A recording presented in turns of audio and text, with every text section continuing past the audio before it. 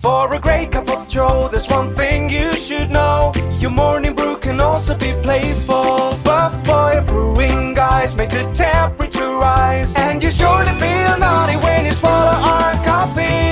If you want some real heat, give your mouth a fine treat. You will want some more, rest assured. Buff Boy Brewing, you can't get enough of. It's time for The Scribble, your weekly fix of celebrity chats, bizarre stories in the news, and basic random chatter with best-selling author and syndicated radio host Jeremy Bradley. Make sure your seat is in the upright and locked position and your barf bag is securely in place. Here's Jeremy Bradley. Thank you very much, Larson. Jeremy Bradley here. This is The Scribble. Happy holiday weekend to our American friends, and happy Pride, because, depending on when you're listening to this, it might be Pride Month already. So happy Pride to you. And on that subject, that's what we are talking about today, because yesterday, May 25th, I celebrated, I guess so, 20 years since coming out to my family. And this is one of those things that, as a gay person, it was almost like, I don't want to call it a rite of passage, because that almost sounds like it was something that you had to do it. You knew at some point in your life you had to do it. I gotta tell you, by the way, I'm gay, or I'm right, and that's the word. There's no other way to say it, right? You don't come out and say, I like men, right? It's almost scripted for you. Mom, Dad, I'm gay. Mom, Dad, there's something I have to tell you. I'm gay. It's just weird, but you prepare for it mentally. You think about when you're going to do it, where, who's going to be there at the time. Is it a sit down? Is it just going to naturally come out of your mouth? And I guess if you're non-gay, you don't realize that people are putting themselves through that. And so for me, now, like I said, it's 20 years back. It was a different time where it's not that you stayed in the closet forever. It was just not so widely publicized. We didn't have social media that you could just go and do this, take a stance and post, I'm gay, and there's my story. You had to actually have conversations. You couldn't just, text people. You couldn't, because that wasn't a thing. So coming up on the show, I'm going to tell you the very bizarre way that I came out to my family, because I don't know that many people would have done it the same way, but there was a logic. There was a method to my madness as to why I came out when I did. Yeah, you're going to sit on the edge of your seats for this one. I'm going to get into that. We're going to kick off Pride 2023 on the Scribble right after this. This statement has not been evaluated by the Food and Drug Administration. This product is not intended to diagnose, treat, cure, or prevent any disease. No offense, but are you a little fat when you look in the mirror? How would you like to learn the secret to losing 3 to 5 pounds a week without joining the gym or going through any crazy diets? It's called Body Sculpt RX. For the last 2 decades, we've helped countless people lose thousands of pounds. And now, it's your turn. Learn how to lose weight with one simple phone call and no prescription needed. You'll see an amazing difference in a matter of days. Don't believe us? We'll offer you a risk-free money-back guarantee. So, if you're ready to start losing weight, call right now and get a free month supply with your first order of Body Sculpt RX. Call now. You have nothing to lose but the pounds. 800-459-6838. 800-459-6838. 800-459-6838. That's 800-459-6838. Jeremy Bradley here, back on the Scribble again. Happy Pride to you, everybody. And 20 years ago is when I came out to my family. This is one of those things. Let me give you the actual backstory. I knew that I had some kind of an attraction to boys when I was very young. And everybody has their story, right? I think every gay person is asked by somebody at some point, when did you know you were gay? How did you know you were gay? It's just such a weird question, because you can flip that around, right, to any straight person who doesn't have to come out of the closet, by the way. Nobody has to come out and say, I like girls as a teenage boy. You just don't have to do that. But, you want to logically go and say to somebody, like, when did you know you liked girls? Timothy, when did you know that you liked girls? It's just one of those things. So for me, I knew very early on. My brothers, we were in Canada. My brothers were hockey players, and I remember we were at some kind of a tournament. I was probably 4 or 5 years old. So like what city we were in, I don't know. But I remember being in like the pool area, the hot tub area, and being in the hot tub with all of these guys. And there was a guy named Gary, and I just remember his name. I don't, at this point, remember anything about him, but I remember saying that Gary was my boyfriend. Now, again, 4 or 5 years old. It wasn't anything sexual. It wasn't like I was, kissing and making out. I just said, Gary was my boyfriend. That was it. Very innocent. And it was so, that memory is entrenched in my mind because from that point on, and the words like boyfriend, girlfriend, husband, wife when you're that age because you hear them all the time, right? You know that your older cousin has a boyfriend or a girlfriend. You know that your mom, is the wife, and that's just what you grew up. You just know those things. And so for me, saying that Gary was my boyfriend, I didn't think anything of it because again, at 4 or 5 years old, I don't know. And again, let me repeat, it was not anything sexual. It wasn't like I was, thirsting for this guy. It was just, I just said it. That's all it was. Gary was my boyfriend. And you don't know that you're gay at the time. And hey, maybe these days you do because of all the conversations people are having about, gender and sexuality, but it wasn't like that then. And so I remember from that point on saying that, and then obviously then when you go to, a public swimming pool and you're in the locker room and you see people showering or whatever, and that's what it is. And again, that was probably at the age of 7, 8 years old. I just knew that I liked seeing boys, showering naked, whatever it was. And I think that's just part of growing up, and hey, let me be honest with you. When we were out at the lake at my parents', cottage, and I'd be playing in the dirt with my brothers in the dump trucks and the tow truck, just as, girls play with G.I. Joes and things like that. But I also was obsessed with Wheel of Fortune, and Vanna White was my idol, and I would wrap my blanket around myself as a dress and pretend to be Vanna White. Now, does that mean years later I'm going to become a crossdresser or drag queen? Again, crossdresser was a term from back then.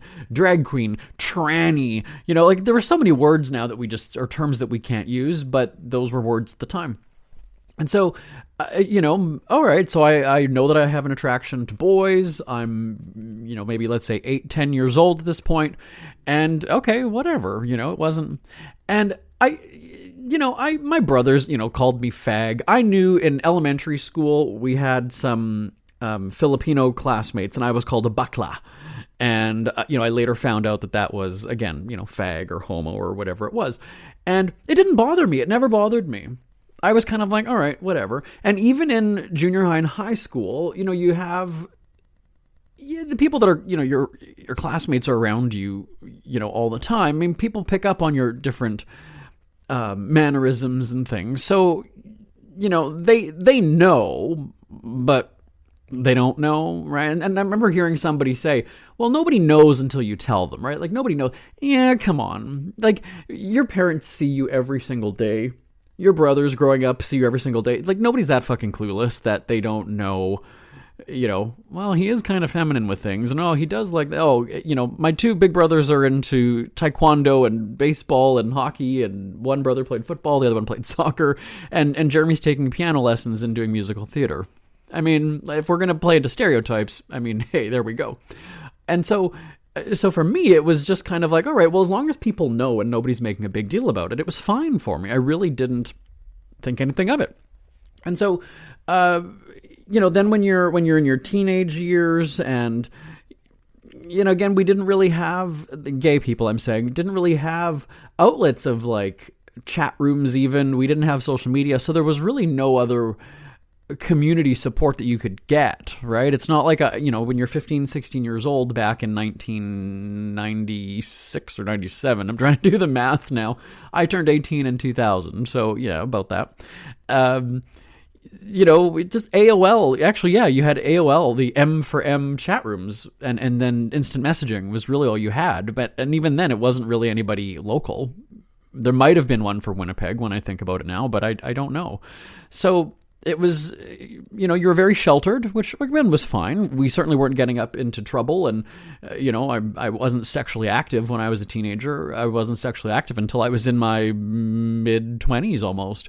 So for me, it was something that I just knew. I always kind of wanted to stay very sort of straight acting, right? Because that was something that you did. You didn't want to draw attention to yourself. You didn't want to be this big flamboyant, flouncing, a girl, have the helium nasal voice. That I was always bothered by that, because I was just like, ooh, I don't want to be the stereotypical gay guy, because those are the ones that get beat up and picked on. Now, again, if that's the right way to feel, I don't know, but that's just how I felt.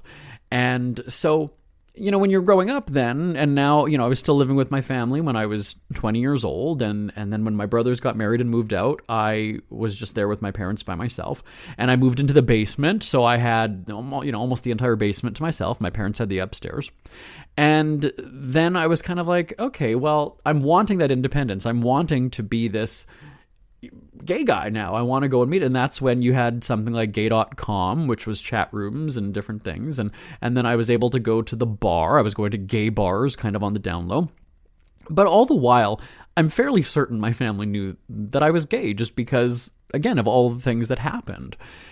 And so we had a dog, a Lhasa Apso, and he was 18 years old. He was quite healthy, almost right up until the end. And my parents stayed back home. We had a family anniversary to go to out of the province. So my brother and I guess it was his girlfriend at the time. I'm not sure they were married. But anyway, so the three of us ended up packing up and going in their car. We went out of town. My parents stayed home with our dog, who was, not quite doing very well. And most of our family ended up driving out to Ontario for the weekend for this anniversary party. And my mom, was calling every once in a while just to kind of give us updates. And on the Sunday of that weekend, we were all just kind of leaving. My mom had said, we're going to have Bandit put to sleep. We're going to have him put down. And I was freaking out going, we had him for 18. We got him when I was 2 years old. You are not putting down this dog while we are out of town. Like, we are coming home tonight. Let's do it tonight. Let's do it tomorrow morning. Let's just do something. I'm not coming home now to the dog being dead. That was just not something that, I would accept.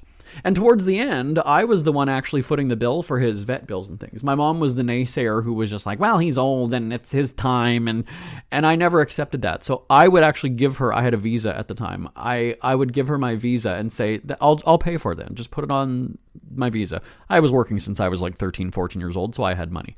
And it was something that I just sort of felt this connection to the dog. And it was just like, how dare you kill this thing while I'm not, like, I'm the one who became his buddy after my brothers moved out. Like, I was the one who, kind of bonded with him. He was my only friend at the house. And so on the way home, that was when there was something saying to me. We had this like 2 or 3 hour long drive. The music wasn't on, but like my brother had turned off the radio. The car was just silent. Nobody was talking. And in my head, I was just thinking, today's the day. Today's the day. I'm coming out to the family today. And my logic in it was, this is the worst day of all of our lives right now. Because at that point, we hadn't had any significant loss in our family. Like, all of my grandparents were alive. Like, we hadn't had any like major deaths. There was nothing. So nothing else can happen today, save for one of those grandparents dying. Nothing else that can happen today will ruin the spirits. Everybody's already in a terrible mood. Everybody's devastated. Everybody's sad. Everybody's going to be crying. I can't hurt their feelings. Nothing I can tell them, nothing I can say to them is going to ruin their mood today. And there was something saying to me, tell Trevor and Jen, my brother and his fiance, I don't know what they were at the time, but they're still married now. But something was saying, tell Trevor and Jen on the way home. And I just couldn't. I was chickening out. So we get home to Winnipeg, and my other brother comes over because he didn't live there anymore. Trevor comes over, my grandparents come over, the neighbors from across the street, which, they lived there from the time that I was growing up. And everybody's in the backyard. We're all kind of saying goodbye to Bandit. He doesn't really understand what's going on. And my dad, who's not the most sensitive person in the world, gets a cardboard box from the house and puts him in that. Doesn't cover it, doesn't like close the lid, but just, as a way to like carry him. And I just thought that was so degrading. That was just, so then I'm getting mad at my family because I was like, how humiliating is that for the dog who loves going in a car, loves a car ride? It's not that this dog was like bleeding everywhere, oozing or pissing. It was just so, I was so mad about that. And I thought, oh my God, how can you do that? Especially this is his last car ride. So I became emotional about that. And so we go to the emergency vet office because it was a Sunday night. We go to the emergency vet office. They, it's in the room, and my, I'm going to start now, and I wasn't going to. Everybody, I don't think that I've ever cried telling the story. So there's something today. It was just our immediate family. We didn't have, the girlfriends didn't come. My grandparents didn't come. It was just my brothers, my mom, my dad, and me. And oh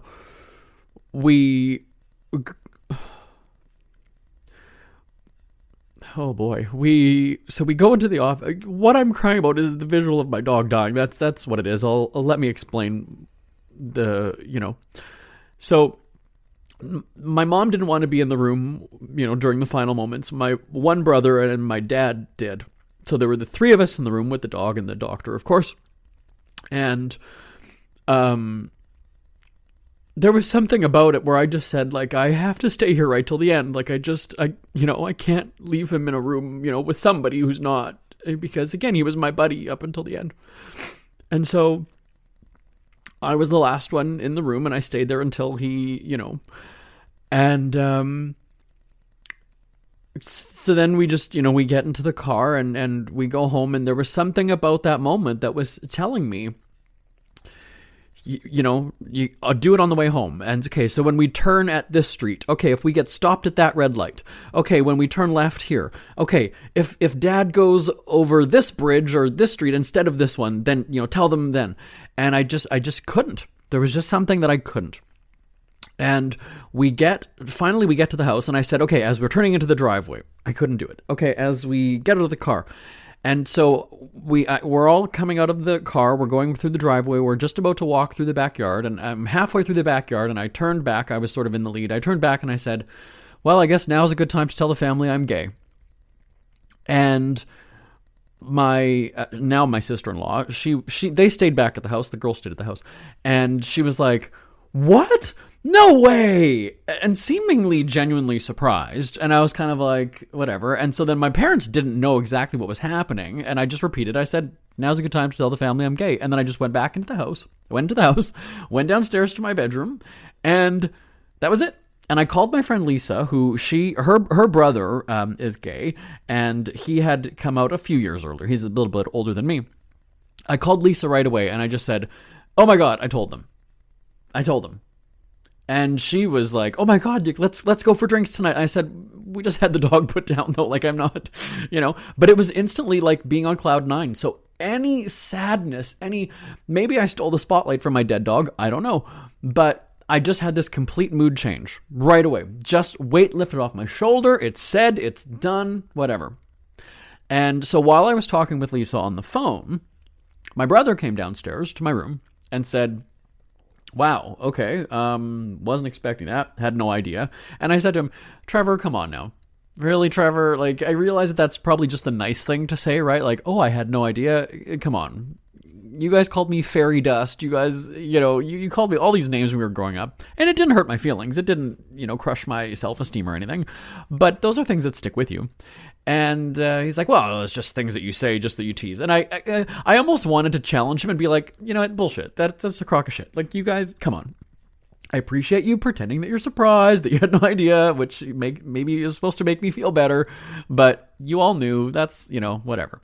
And so he said, and mom and dad, like, this is just a really weird time for you to do or to say something like that. So, you kind of caught everybody off guard. And that was when I kind of had this first sort of real moment with my brother where he's like, there's we've got a spare bedroom at our place if anything doesn't work out here. And I was like, wow, that's so cool. That's the kind of support that you would expect from a brother first and foremost, but you expect that reaction and that comforting from just anybody that you tell. Now, I will also say, by the way, to everybody, I have never, using those words, I'm gay, I have never said that to anybody else.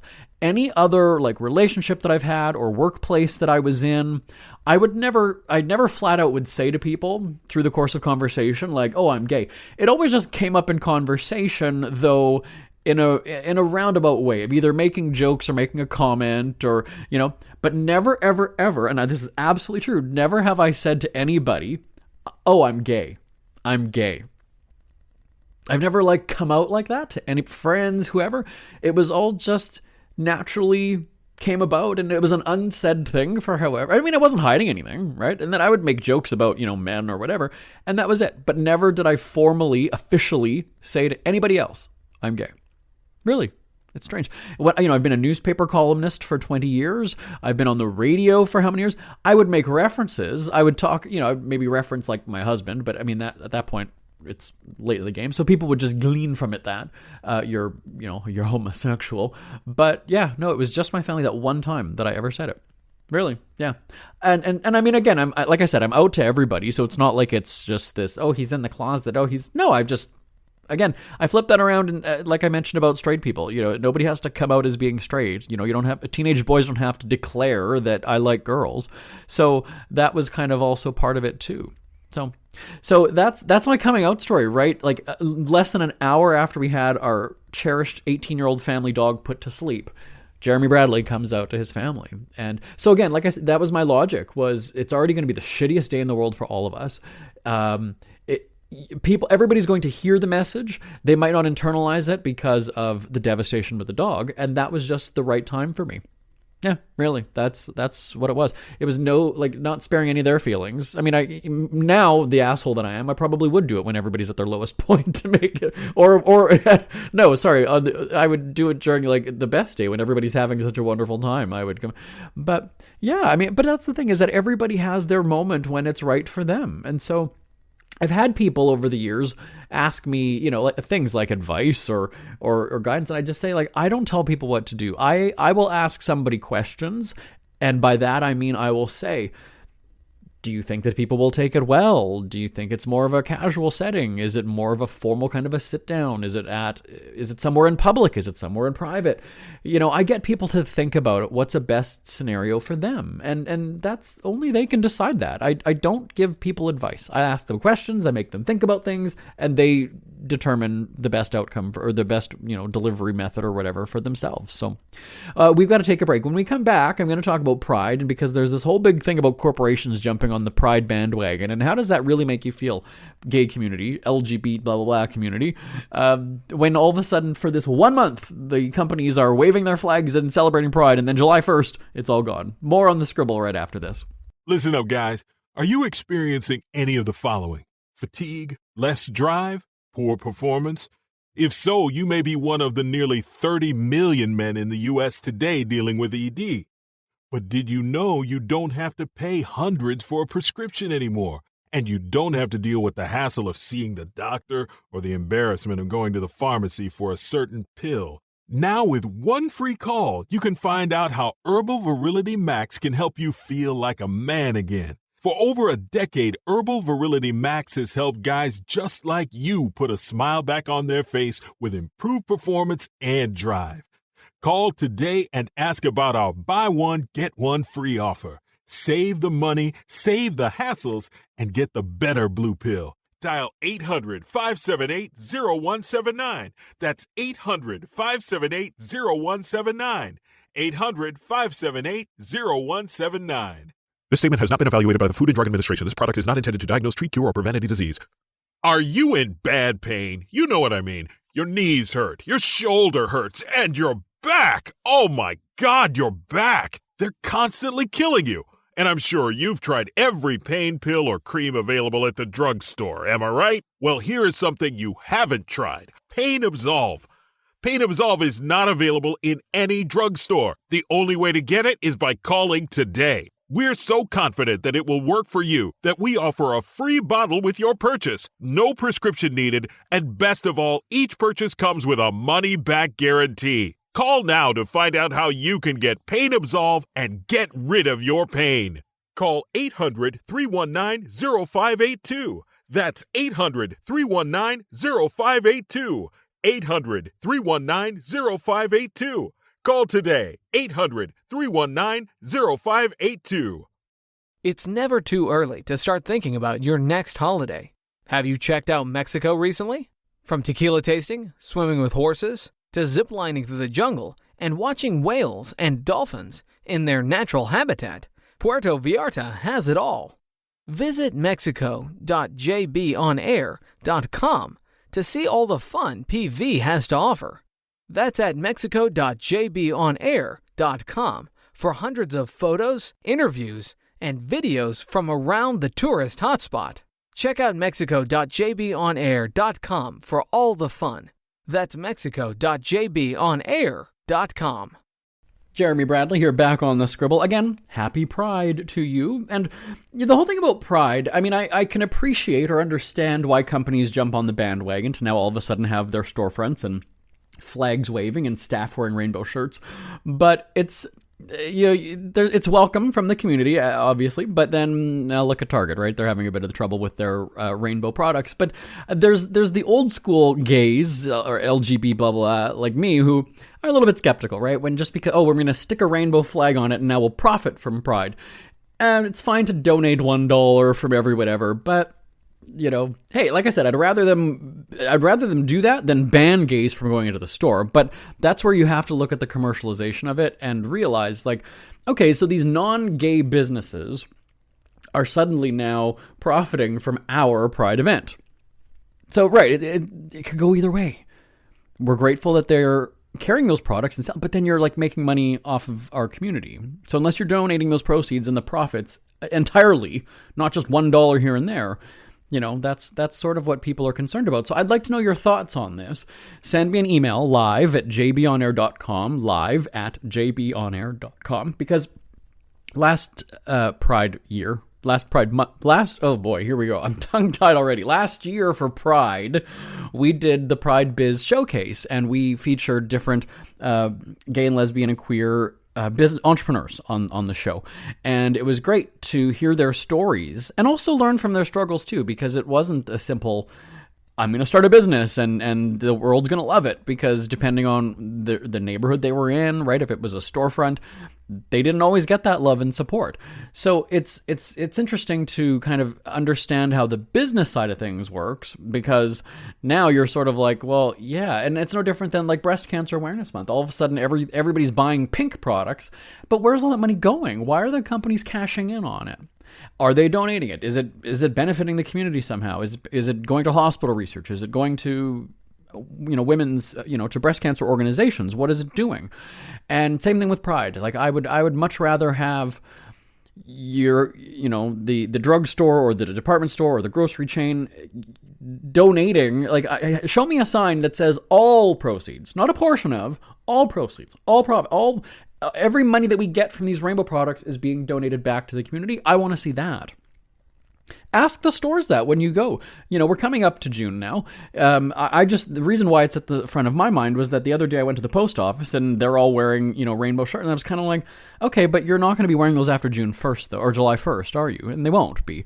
But, I want to know when you're buying, like the rainbow stamps, or you're buying the water bottles and things like that, is that just another product that you're making money off of? So tell me your thoughts on that. Live@jbonair.com. Live@jbonair.com. We're not even going to get into the whole thing about like banning books, and because I don't want to go there. That's a whole other.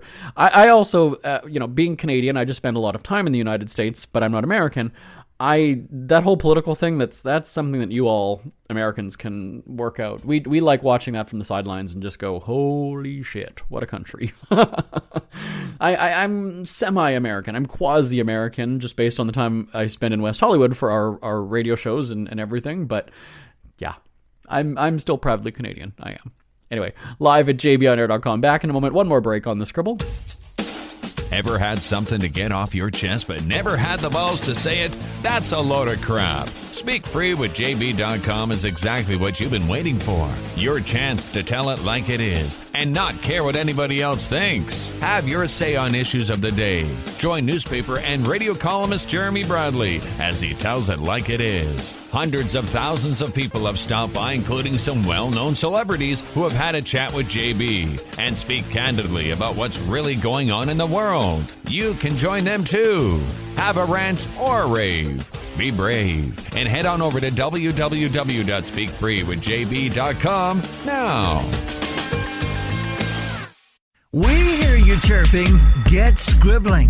Tweet up the Scribble at The Scribble Show. Join the discussion with Jeremy Bradley. It's all going down right now on Twitter at The Scribble Show and at thescribbleshow.com. Jeremy Bradley on The Scribble at a time. Talk to you next week. Bye-bye for now. Want more Scribble?